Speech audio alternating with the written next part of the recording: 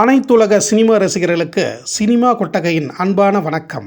1935ஆம் ஆண்டு வெளியான அனைத்து தமிழ் திரைப்படங்களையும் பார்த்து வருகிறோம். அந்த வரிசையில் இப்போது நாம் காண இருக்கும் திரைப்படம் மேனகா.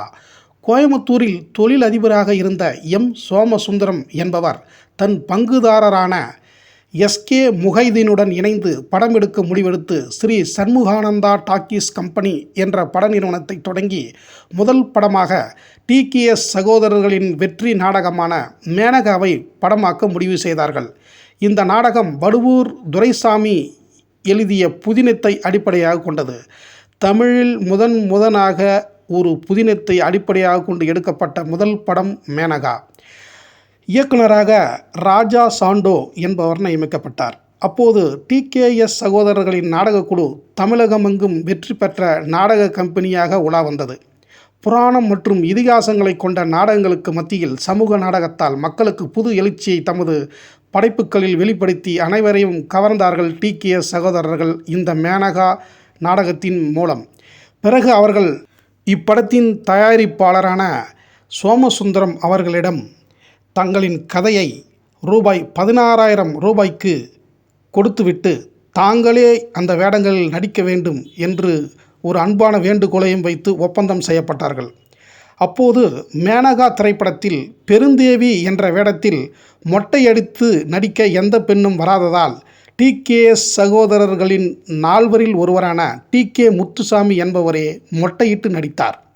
டிகேஎஸ் சகோதரர்கள் தங்களின் நாடகத்தை படமாக்க விற்றாலும் கதைப்படி தங்களுக்காக வேண்டிய செட் அமைப்புகள் முறையாக இருந்தால்தான் நடிக்க முடியும் என்று தயாரிப்பாளர் சோமசுந்தரம் மற்றும் இயக்குனர் ராஜா சாண்டோவிடம் சண்டையிட்டு கதைக்கு உரிய செட் அமைத்த பின்பு தான் நடித்தார்கள். அதுவரை நடிக்காமல் போராட்டம் செய்தார்கள்.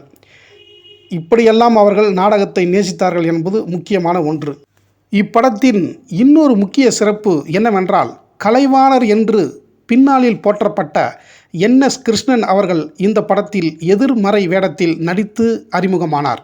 அவர் நடித்த முதல் படம் மேனகா. இப்படத்தில் என்எஸ் கிருஷ்ணனையும் அவருடன் சேர்ந்து நடிக்கும் பெண்ணையும் சேர்த்து கட்ட வேண்டும். இந்த காட்சியில் என்எஸ் கிருஷ்ணன் உடன் நடிக்கும் பெண்ணை தொட வேண்டும் என்பதால் தயக்கம் காட்டியவர் என்எஸ் கிருஷ்ணன் கற்புடைய மனிதன், அவனுடைய மனைவியை மட்டுமே தொட வேண்டும் என்று நகைச்சுவையாக குறிப்பிட்டார். இது இயக்குனர் ராஜா சாண்டோவை மிகவும் கவர்ந்தது. இருவரும் உற்ற நண்பர்களாக இந்த படம் ஒரு காரணமானது.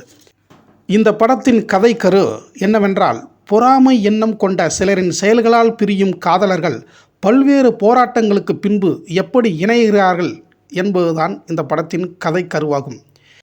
இந்த மேனகா திரைப்படம் பம்பாய் ரஞ்சித் படப்பிடிப்பு வளாகத்தில் படமாக்கப்பட்டு 3 மாதங்களில் 17,000 அடியில் 80,000 செலவில் முடிக்கப்பட்டது. இன்றைய அதன் மதிப்பு 16 கோடிக்கு மேல் ஆகும். இந்த மேனகா திரைப்படம் 6/4/1935 அன்று வெளியாகியிருக்கிறது.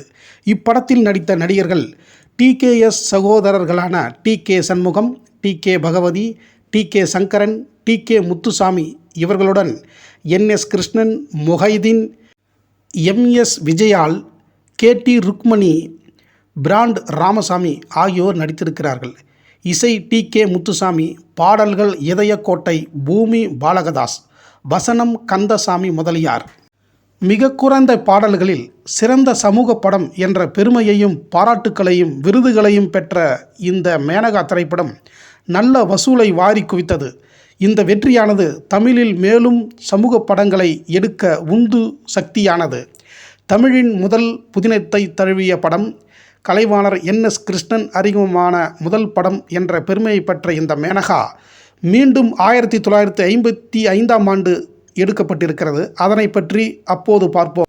இனி இதே 1935ஆம் ஆண்டு வெளிவந்த அனைத்து படங்களையும் அடுத்தடுத்த வீடியோவில் தொடர்ந்து பார்ப்போம். நன்றி, வணக்கம்.